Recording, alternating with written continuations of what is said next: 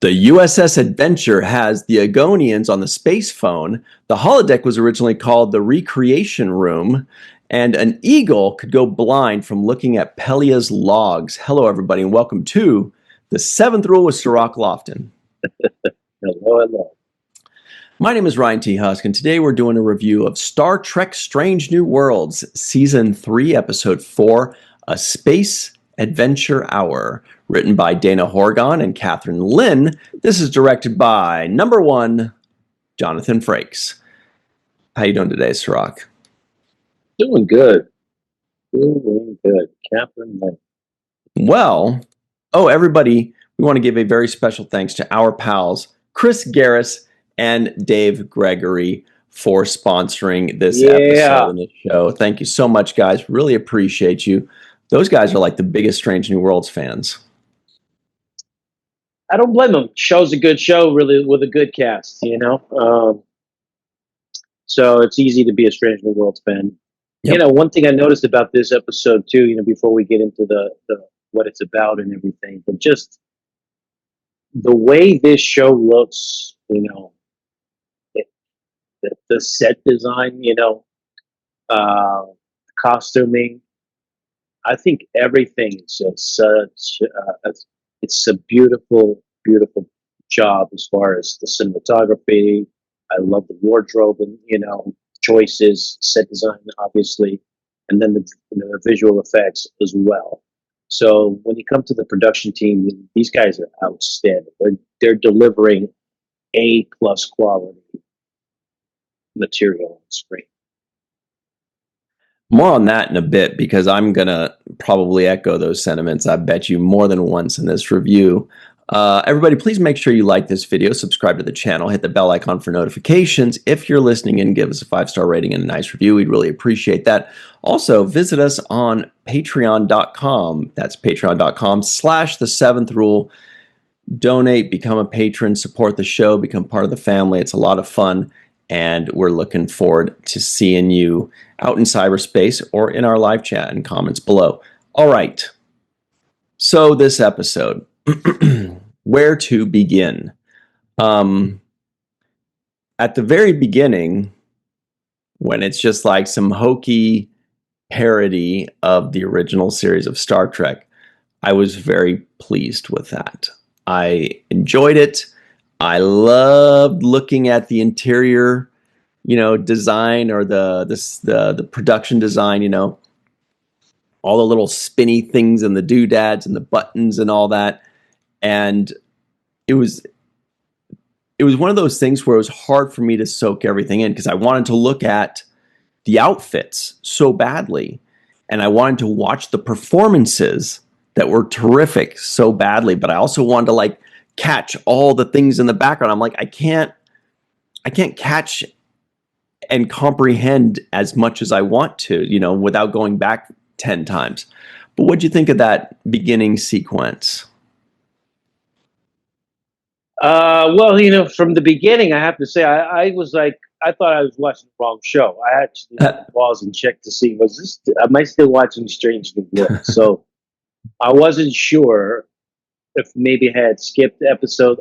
I wasn't sure, was this the right thing going on? So, because it did open right into the, you know, the Last Frontier television show. And so I'm just like you, I'm trying to process all of this thing. I'm like, what the hell am I looking at? Is this a holodeck program? Is this a spoof on Star Trek? Is this, you know, what am I looking at? Is this, you know, I was just trying to piece together. And then I was thinking, is that the guy that played Kirk? Yeah. You're right. I was like, is that the guy that played Kirk now playing the captain on this Last Frontier show? So I'm thinking of all. I'm like, that looks like the Kirk. And then I'm thinking of all of this, and then I'm thinking, are they spoofing Star Trek? What's going on here, right? So I wasn't sure at all where we were in the story, because, you know, they were like previously, and then they show stuff that had nothing to do with this episode. Yeah. right? Yeah. Some things, like Spock and La'an, kissy pants kind of Okay, stuff, right? yeah, that kind of stuff. Yeah, Right. but some other stuff I was just like, okay, so is this going to be a what is this episode going to be about, Yeah. right? Because usually in the previously they set you up for, this is what the show is going to be about. We're going to focus more on Ortegas, for example, or this is going to be more of a Chapel episode, so they'll give you the Chapel backstory. But in this previously, it just kind of left me hanging as far as like where are we going to be picking up now, and so I was just kind of like trying to get my bearings in the beginning, and I was just like you, kind of really taken back by the set design. They had a bunch of levers and knobs and little swirly things, and I was and watching, one of the things that was so good and so charming was there were these two spinning things in the background. Were they like spigots or something? I don't know anything about anything, to be honest. But there was like these two spinny things in the background, and the best part was that their rate of rotation would slow down and speed up as if it was like some cheap garbage from the 60s, right? And I'm like, I love that kind of detail where they made it just look because back then we didn't know what the heck we were doing with people. Like, we review these original series shows, right? And there's just like stuff sticking out of the walls, and they're just doing any old thing, right? But sorry, I jumped yeah, on you. What were you saying? no, that and so that was like, and it was super colorful too. That was the other aspect of it too, right? Because the original series has a color palette that's different than all of the other shows, and so they kind of borrowed from that color palette with the pinks and the neon greens and Yeah. those kinds of you know retro 70s colors or whatever it was, 60s colors that they were using. Um, so the color palette was different as well on that. So I thought I was interested, but I didn't know what the hell am I watching. Right? I'm like, who's the captain? What's going on? Is that Ortegas in a in a throwback, outfit? Um, and then also Chapel. You had her with the wig on and her different look too, right? So um, that was an interesting setup for me. It really kind of it drew me in that way. Like, okay, is this whole episode going to be like Yeah. I in thought this the whole genre? episode was going to be like Yeah, that. Actually, it also kind of reminded me just now when you were talking about it, a little bit of Lost in Space kind of colors. Like the original Lost in yeah, Space, kind of with the pink yeah, and the greens. But yeah. And I mean, you also can see it with like the Austin Powers oh yeah. color waves. You know what I mean? So it's kind of like that too. But obviously Um, they were kind of doing a spoof of it was supposed to be the original series. Um, Even more colorful in the way they chose their uniforms too, because even the original series they had like the standard uniforms with just different colors, and there was like all the visitors or the aliens that were had the nutty colors. But this one, it was like everybody, and it was so cool and so much fun. And watching them perform this way was great. But I was like, awesome. The whole episode's going to be like this. We're just going to see like basically these guys pretending to be in a 60s show.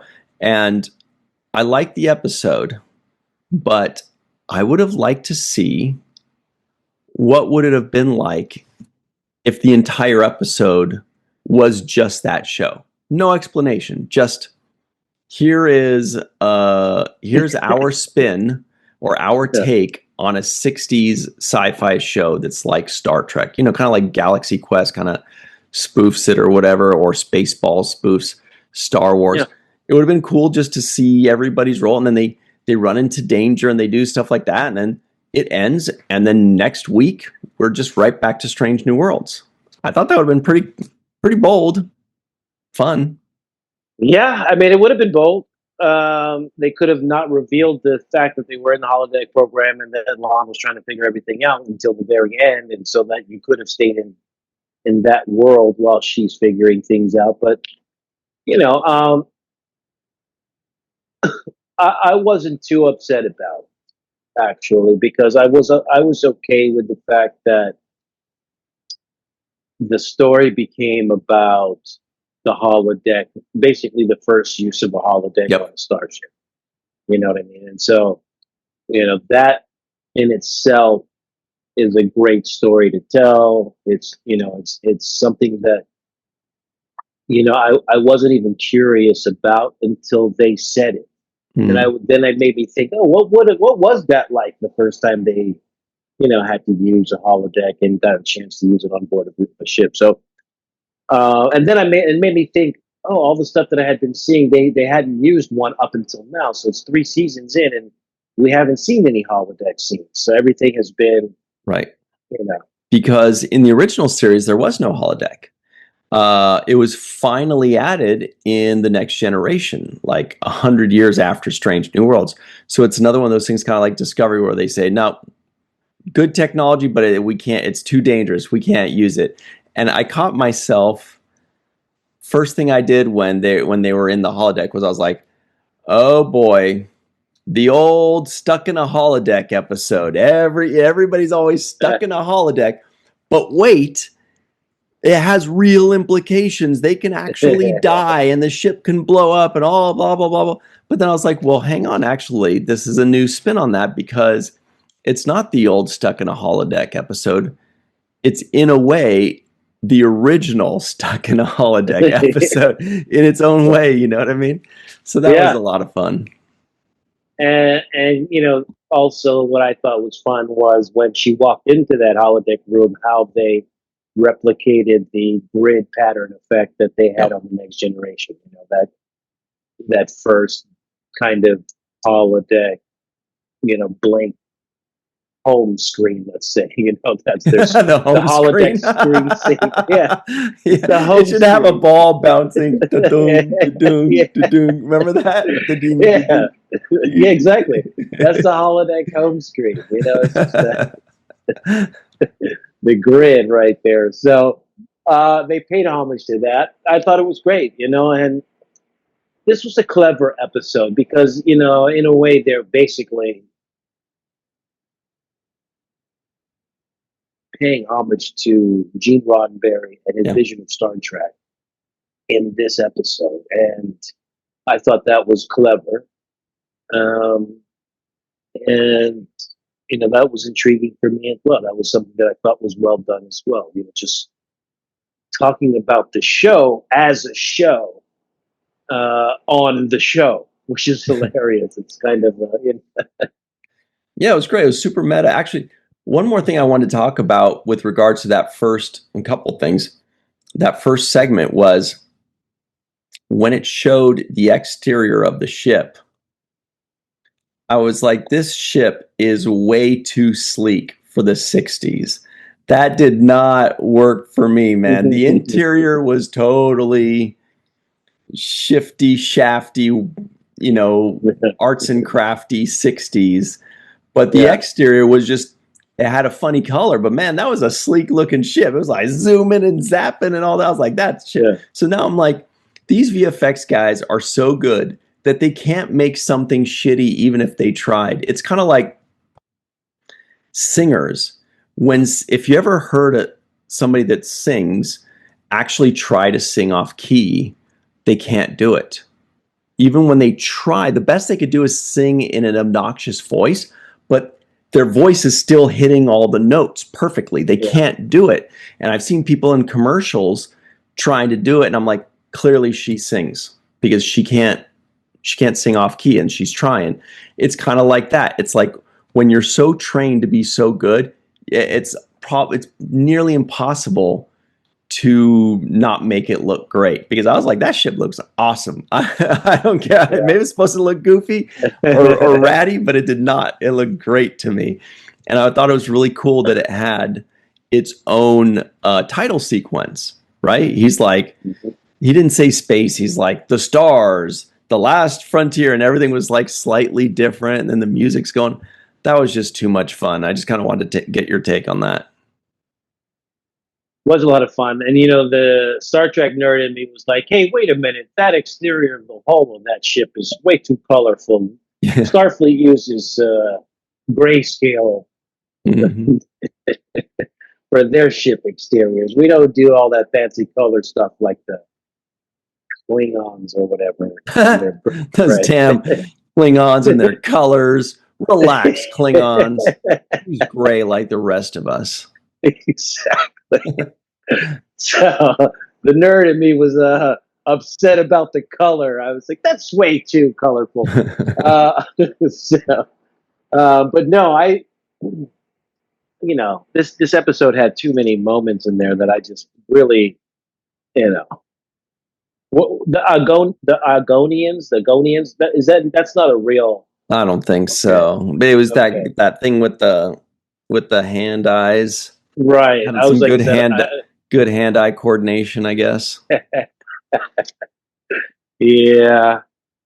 Uh, so yeah, I guess I because I wasn't sure if that was a reference to something in the original series that I didn't know about, but okay, I'm glad that wasn't. But they kind of gave us a lot of stuff. They talked about, for example, just on the science end, Scotty was telling us that they used the signatures of the pattern buffer from the transporter beam to recreate hologram images for the holodeck. And so, just a little bit of nerdy science for those people that like to know that kind of stuff, which is me. When I hear, oh, okay, so how do they, what do they use to create the world inside of the holodeck? Oh, now we know Photons. they use these pattern buffer. So all of these things are in their computer database, so they Yeah, can they just use the pattern buffers for the transporter room. yes, Yeah. and the database from that is what they use to construct Right. uh, the holograms in the holodeck. And so why was Scotty holding a flashlight? I was confused. It's like, well, I mean, look cool. He's like, hey, hey, hey, it's me, La'an, look at me. Like, with and then, uh, by the way, the twist was so good. And I'm just realizing something. Scotty said, hey, La'an. He didn't say, hey, La'an and Spock. And yeah, that's one of those little things that you don't notice. I didn't notice it until I just said it. When he came and said, hey, La'an, I was like, ooh, there was a little hint there. He said hi to La'an, didn't mention Spock. It's pretty good. yeah, and also they hid they call it, what do they call it, hiding the uh, but they didn't show us Spock. They showed him in the program, but they didn't show him on the bridge when they were going Totally. through. You know what I mean? So they hid that from the audience, so Because that if he was on the bridge, La'an would have been the only person that didn't know the answer to the mystery. We would all been watching, be like, dude, it's yeah, clearly it's Spock. Look, he's right here. But that was a good exactly. twist. Really worked. It's a good twist, and they hit him very well because I wasn't saying where's hey wait a minute where's Spock? How come he's not on the bridge while they're going through the gamma burst or whatever it is? Mhm. I assumed too, which is great, because that's what they did. They made the audience also believe that Spock was on board the simulation with her, so they tricked us, right? Yep. And which was a good trick, and I thought it was very good until at some point I was like, I too began to question this version of Spock. I was like, this dude's emotionless, you know, I Wow. know he's See, I didn't. emotionless. I had no idea until she said that, and then when she I had no idea. And then when she said, I was like, oh, that's a pretty good twist. Because then after a while, the characters start to dwindle. There's only like 3, 4, 5 of them left. I'm like, it's got to be one of these people. Real, it's pretty narrowed down. But Spock was a good twist, and I thought it was really cool the way she figured it out was when she said he didn't like look at me the way you do. Like Spock's not emotionless. Vulcans aren't emotionless. They just control their emotions. And she's like, this guy was basically Spock without his attraction to La'an. And so she was able to say, hang on a second. this guy doesn't look at me the way you do. And Spock was like, tee hee. He's like, oh, was it that obvious? Whoops. Yeah, I mean, and this is now the second time, I think, maybe more, but the second time for sure this season that La'an and Spock have been dancing. Yeah. Mm-hmm. And so I know that's going to come back at some point, because it's not just the fact that they're dead. It's got to be this, there's got to be some kind of clue to something else, or it's going to lead to something else. Well, definitely led to them making out right there. Yeah, so that's a thing. That's definitely a thing. But I do like them dancing together. I do like those scenes. It seems like they actually are dancing partners for some reason. I don't know if they're just doing it for the show, or if the show picked up that they actually dance together. They work well together. They clearly practice together a lot.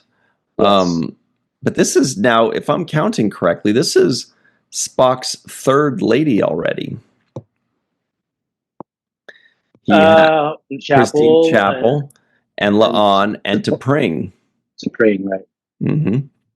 So I'm looking forward to season 4. Who's he going to get? See, suddenly Kirk's like, whoa, I got a lot of catching up to do. And wait, and La'an was, see, this is what I'm thinking. There's going to be a nice little, like, dramatic love triangle between Kirk, La'an, and Spock. So Kirk and Spock are going to start off kind of like, on edge with each other. And I thought that, speaking of that, I thought it was interesting that Kirk was in this episode, because he did have that back story with La'an, right? Right. Of course, but this Kirk didn't know that, or didn't play that beat for me. Yeah. But it was relevant to the story to me. Yeah, this Kirk doesn't know what happened, I believe, in Tomorrow and Tomorrow and Tomorrow. Only La'an did, if I remember correctly. Right. But if this artificial intelligence is as smart as it appears to be, that it obviously picked up on certain elements of how she feels about Spock, I think, then it might know a little bit about the backstory. I don't know what she's wrote in her logs and all that stuff, or journals, because I'm sure AI has access to all that stuff too. But anyways, back to the story. I thought some of the great performances were in this, and who I really first of all, everybody was fantastic in this. I didn't see anybody who, was lagging. Hang on. Let's talk about this on the other side, because I got a couple too that I want to point out. And this way people are going to be like forced to, now they got to wait for our quick break. But everybody, we will be right back with the second half of this review on the 7th Rule. Hello, everybody. Welcome back to the 7th Rule with Sirach, #1 Brooklyn Dodgers fan, Lofton. All right. Here are the Trivioids of the week. Not a ton, because I was just watching the show. I put Kirk is known for his diction, but it wasn't Kirk. It was whatever that captain's name was that was played by Kirk, played by Paul Wesley, which I thought was funny. The USS Adventure has the Agonians on the space phone. Captain Pike wants Lieutenant La'an to play a game. The holodeck was originally called the Recreation Room. Some call it Recreation. If you're on time, you're late. If you're late, you're dead. Amelia Moon doesn't give up until she gets her man, and neither does La'an. And an eagle could go blind from looking at Pelia's logs. But that was an interesting line. I definitely noted that second to last one. Amelia Moon doesn't give up until she gets her man, and neither does La'an. I'm like, that's a little thing. She's getting her man. But anyway, we'll talk about that in a little bit. So, Sirach, who did you want to highlight? For one, I wanted to start with Celia Rosegood, because she was unbelievable. I loved her as an agent. I loved her as Uhura back on the ship. Mm-hmm. When she had that scene with Scotty, and Scotty was like, it wasn't hypothetical, right? And she's like, yeah, kind of called. you're not that, you're not that convincing, Static. You weren't that subtle, bro. Don't worry. Yeah, you were. Yeah, I smelled what you were stepping in. So yeah. So, and just the scenes, I thought she had some of the best monologues in this, specifically when she went and explained what Star Trek means to the audience and to the fans, and how, this show would provide a reflection of their own morality and life. And, she really summed up what the meaning of Star Trek is for the fan base. And I thought the way she delivered that line and that scene was just beautiful. That yeah. really captured, the sentiment of what the show is about. And I love when somebody gets to play someone completely different. They did that in the Elysian Fields episode. They did that in this one. Obviously, I think the writers seem to have the most fun giving Anson Mount characters, because if you remember in the Elysian Fields episode, or Elysian Kingdom, Elysian Fields is a Megadeth song. Sorry. It's a good song.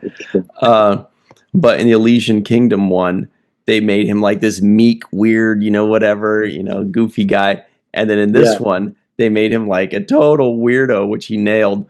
But also back to Celia, completely different type of character. It was so much fun to watch her having fun, because the direction is pretty much go nuts. There is no too big. Whatever you think of, have fun with it. It's just one episode. It's a few scenes.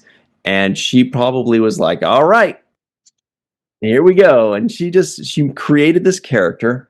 It was a ton of fun to watch. And again, it was fun to watch her having fun and kind of expressing herself in a character she's never going to get to do again. So you might as well give it your A game, because you're never going to get to revisit this theoretically. So yeah, I agree. With the outfit, she came in with the outfit, with the glasses on. She had the cigarette floating around, and she was just fantastic. I could watch her all day. I thought she was just a star in this episode. Who else was impressive? I mean, and the list is long of impressive performances in this episode, but also Jess Bush, another one, for her, another strike for her pitching record, because she is just throwing, straight heater down the middle, and I love watching her perform. That kind of baseball talk matches your hat. I love it. Yeah. Can I point out that Rebecca Romaine, she had like one scene or something like that in that other world, yet she had the fashion of speech down so well. I was like really impressed. I was like, wow, she's doing so, and she's dead. I was like, dude, you guys, she was really good at that. You should have given her a little bit more. But that was really cool. And then I realized, it took me forever. I'm a little slow on things. It took me forever to realize, hang on, Christina Chong, this is not her natural accent. She's got a British accent, but she was talking like one of those Americans from the 60s. And she was doing it really well. I was like, wow, it felt like this was like American English was her natural thing. And I know it certainly seems like British people are better at doing American accents than American people are doing British accents. Every time we try, we just sound like a caricature, but a lot of British accents really nail it. And she really nailed it. Like, it wasn't just an American accent. It was an American accent in that time and in that style. And now the fact that it took me so long to realize it, that's how good and convincing it was. Well, she's on the list as well, Christina. I mean, she was the star of this episode. She carried a lot, just a lot of the weight on this episode. But so I want to make sure she's also recognized. It wasn't so much that she was given, though, the opportunity to play outside of her normal as much, except for that accent and that you just highlighted. but personality-wise, I felt like it was in line with her, herself essentially, right? Um, but no, I when Nurse Chapel's line, uh, my lines in my skirt were getting shorter every episode. That was Yes, that is such a good line. that was such a good line. The way that Anson Mount delivered a very small line, uh, you know, Una's talking about, or not Una, but the the alternate universe Una. Yeah. She's playing. She says something about, oh, I had to sell my house, and Pike says, oh, but you love that house, and the way he said that, I thought was hilarious, and just I love the way he delivered that line. So shout out to Anson Mount. Um, Ortega's was hilarious in this Yeah. sketch. She was great, you know. Her outfit was awesome. Yeah, and she has a line. She says, "I'm an actor, not a doctor. You know, I'm an actor, not a doctor, right?" The And then way she she goes, did that, but yeah, he is obviously dead. yes. So I love that. I also loved her in the post cuts where they showed the cuts of the TV show, and she was kind of walking through the door, and the door wouldn't open, so she had to push it open. She was Yeah, pissed, and that was hilarious to me because I that's something we've experienced I'm sure. as actors when they're like, and action, and you start walking, and the door doesn't open. Hey, you supposed to say door. Who was supposed to say? You didn't say door. Exactly. So when she did that, it made me think of the million times that I've seen that happen. Where the door doesn't open when it's supposed to, right? So, Can we talk about those outtakes though? yeah. I'm very sorry, but that was like basically Uh, the best part of this episode. And uh, that's not a knock on the episode. It's just like when I saw that, I was like, oh my God, are they going to do outtakes from that thing? yeah, So funny. And that's a Frakes special. it had to be. That's Jonathan Frakes saying, It had to be.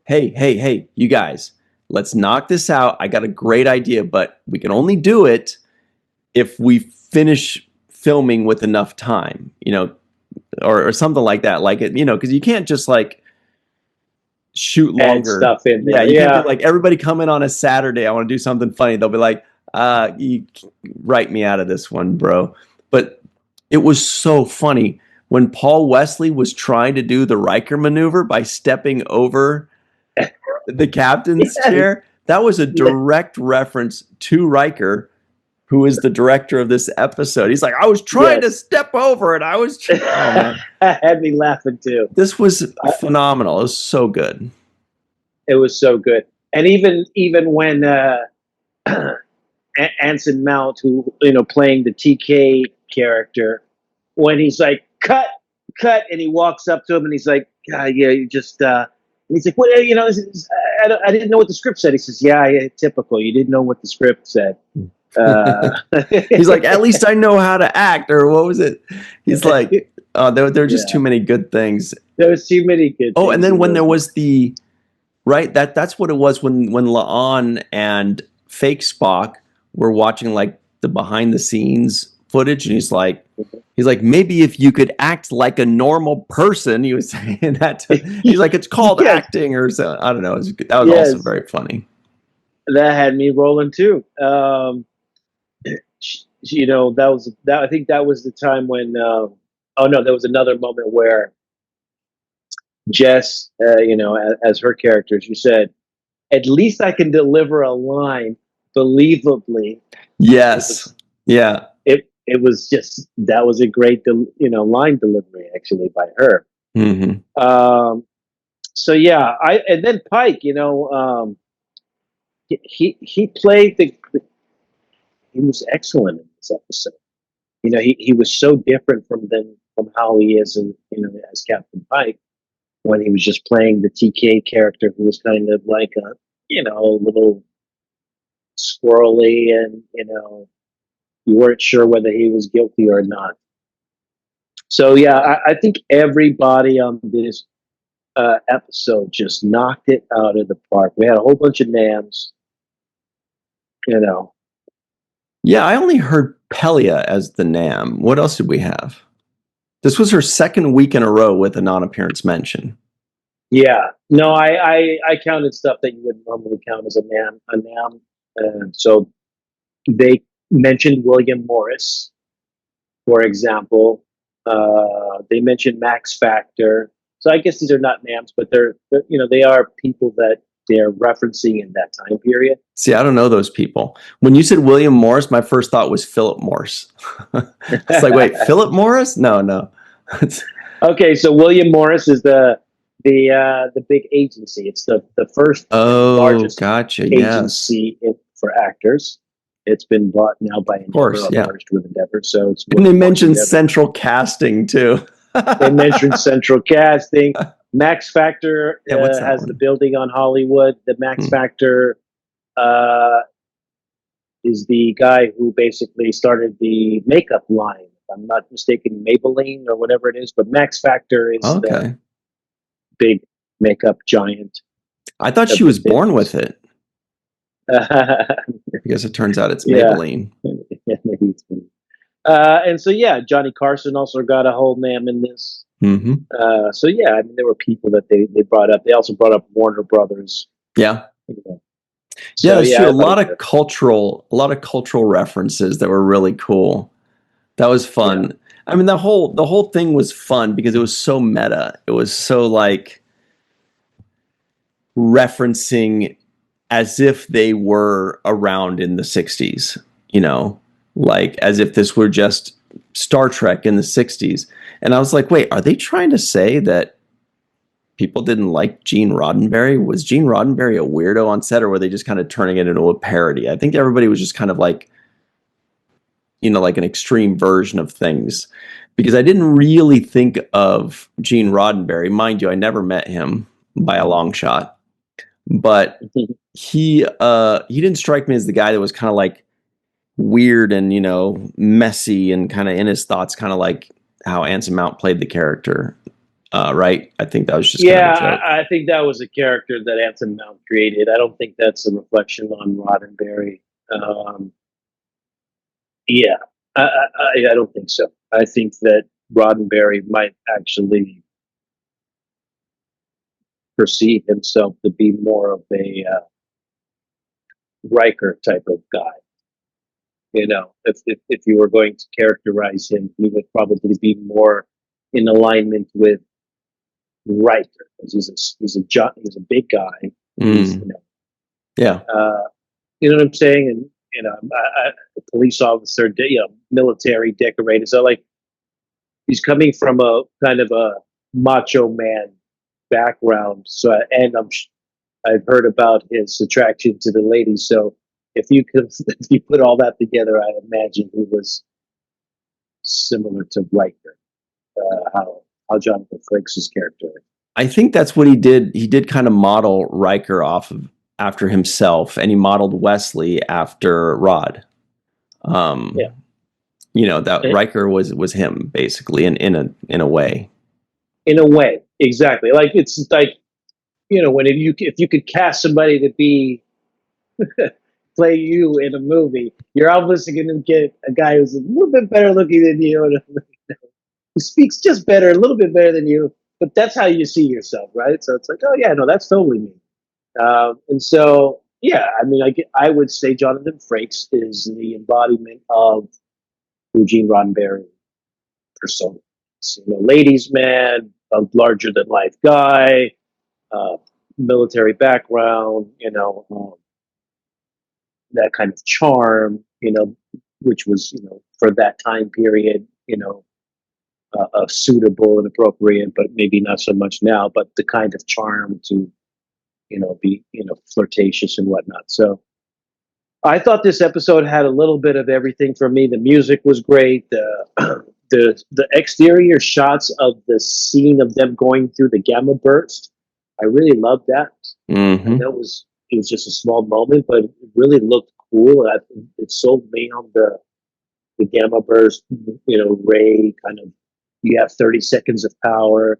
I mean, just in general, I like this episode because it crossed the box of the holodeck.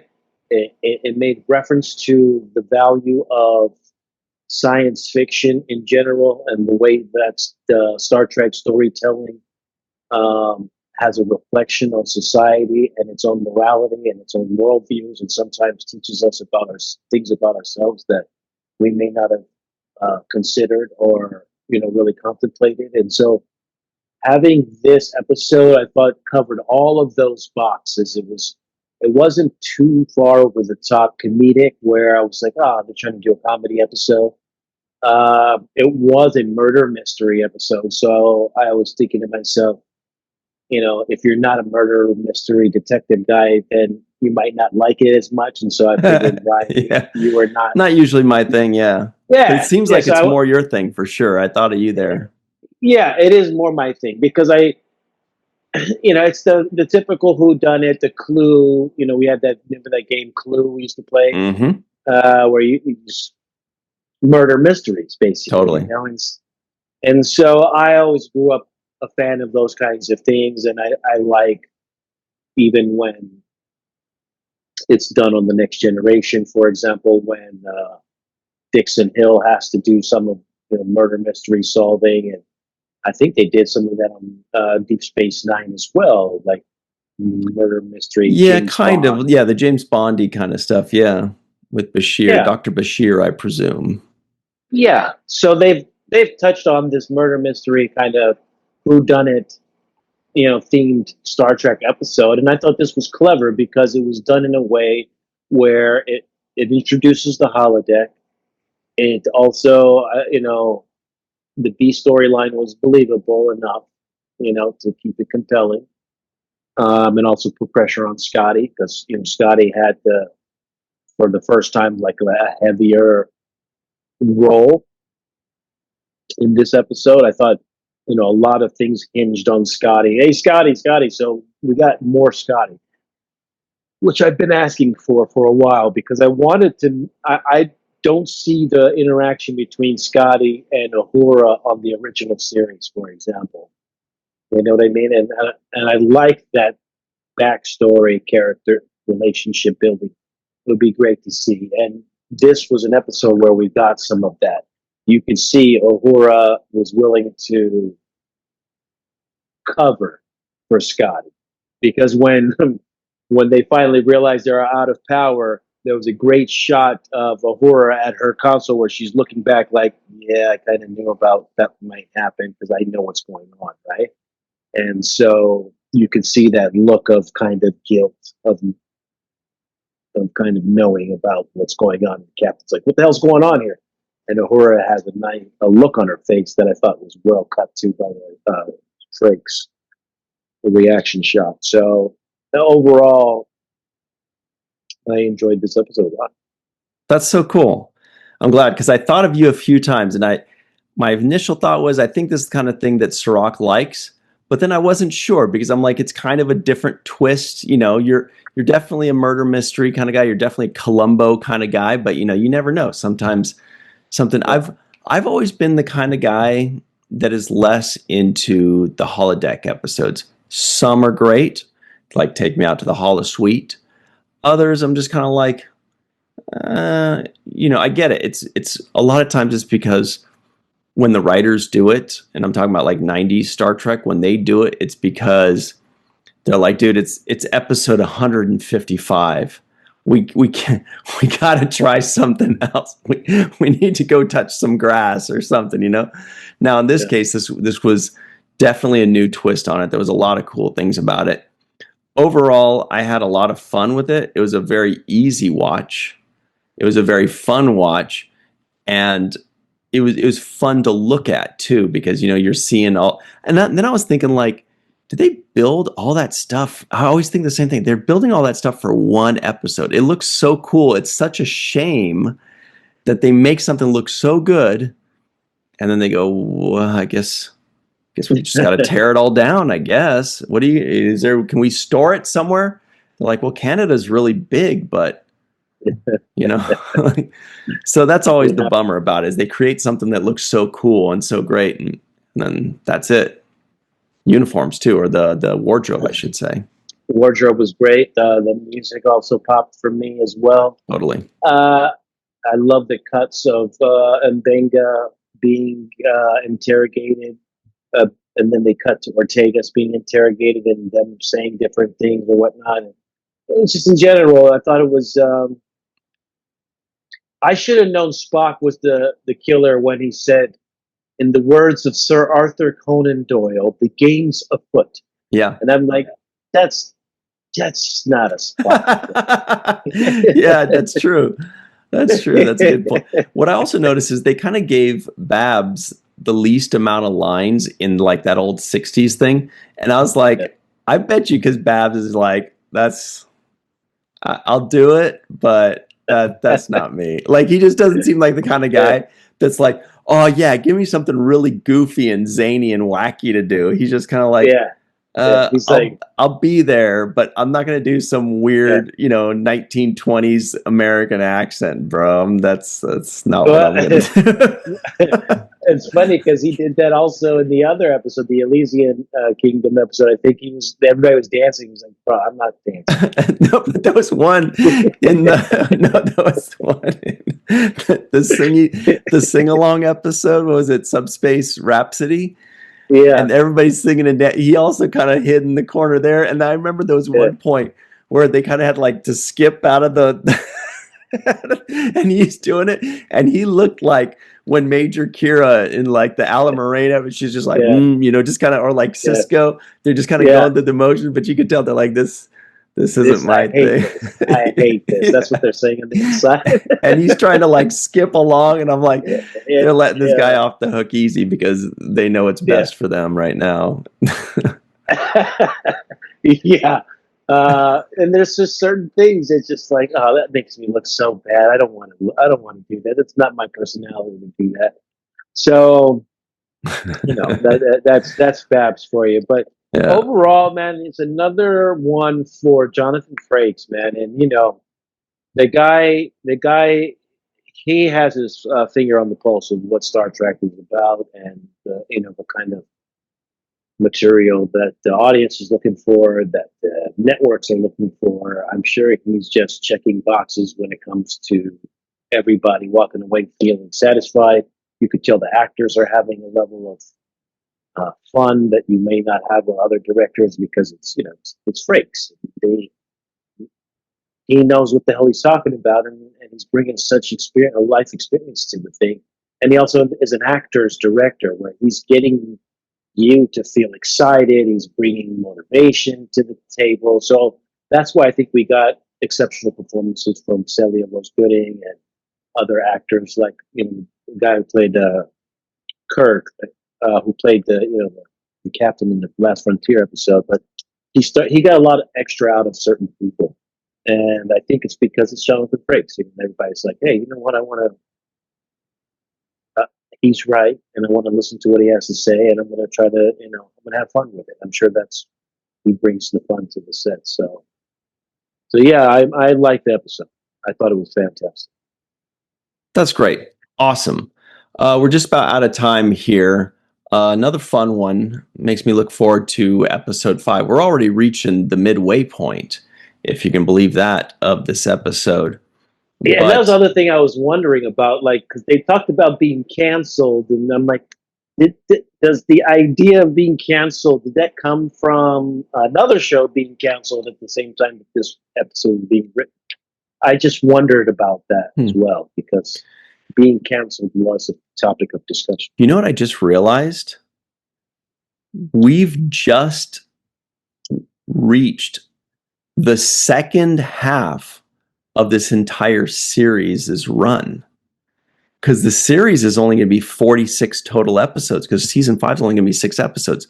We've just watched episode 24. So last week, when we finished that was the first half of this entire series.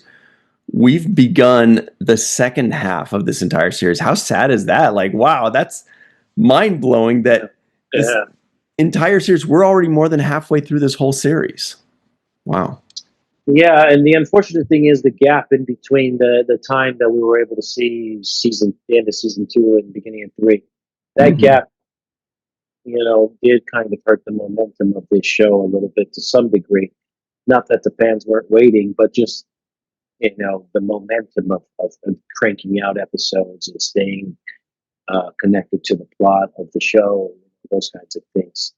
It was disturbed. So they're picking it back up, and I'm glad to see that we're four episodes in, and I've been thoroughly enjoying my viewing experience. So it's a good show. Hmm. All right, everybody. I think that's it for us. But thank you all for hanging out with us and keep the conversation going. Leave us some comments in the comments below. Tell us what you thought of this episode. Was it your favorite? Are you sad that you are currently in the second half of the entire run of Strange New Worlds already? There are less episodes ahead than there are behind. Wow. All right, let us Of the know what you downstroke. think. I know. Let's give some thanks to some people that are always behind us. They're behind us all the way. Their names are Dr. Anne Marie Siegel, Eve England out in Wales, Yvette Blackman, Tom TJ, Jackson Bay out in Missouri, Titus Moeller, Dr. Muhammad Noor, Anil O. Palat, Joe Balsarati, Mike Goo, Dr. Stephanie Baker, Carrie Schwent, Faith Howell, Edward Foltz, the Matt Boardman, Chris McGee, Jake Barrett, Henry Unger, Allison Leach Hyde, Julie Manosfi, Jed Thompson, Dr. Susan V. Gruner, Glenn Iverson, Dave Gregory, Chris Sternett, Greg K. Wickstrom, Cassandra G., Chuck A., Chris Garris, Steve Case, Oliver Manali, and of course, Jason M. Oken. All right, Okay. everybody. Thank you so much for hanging out with us. We will see you next time. And until then, always remember the seventh rule.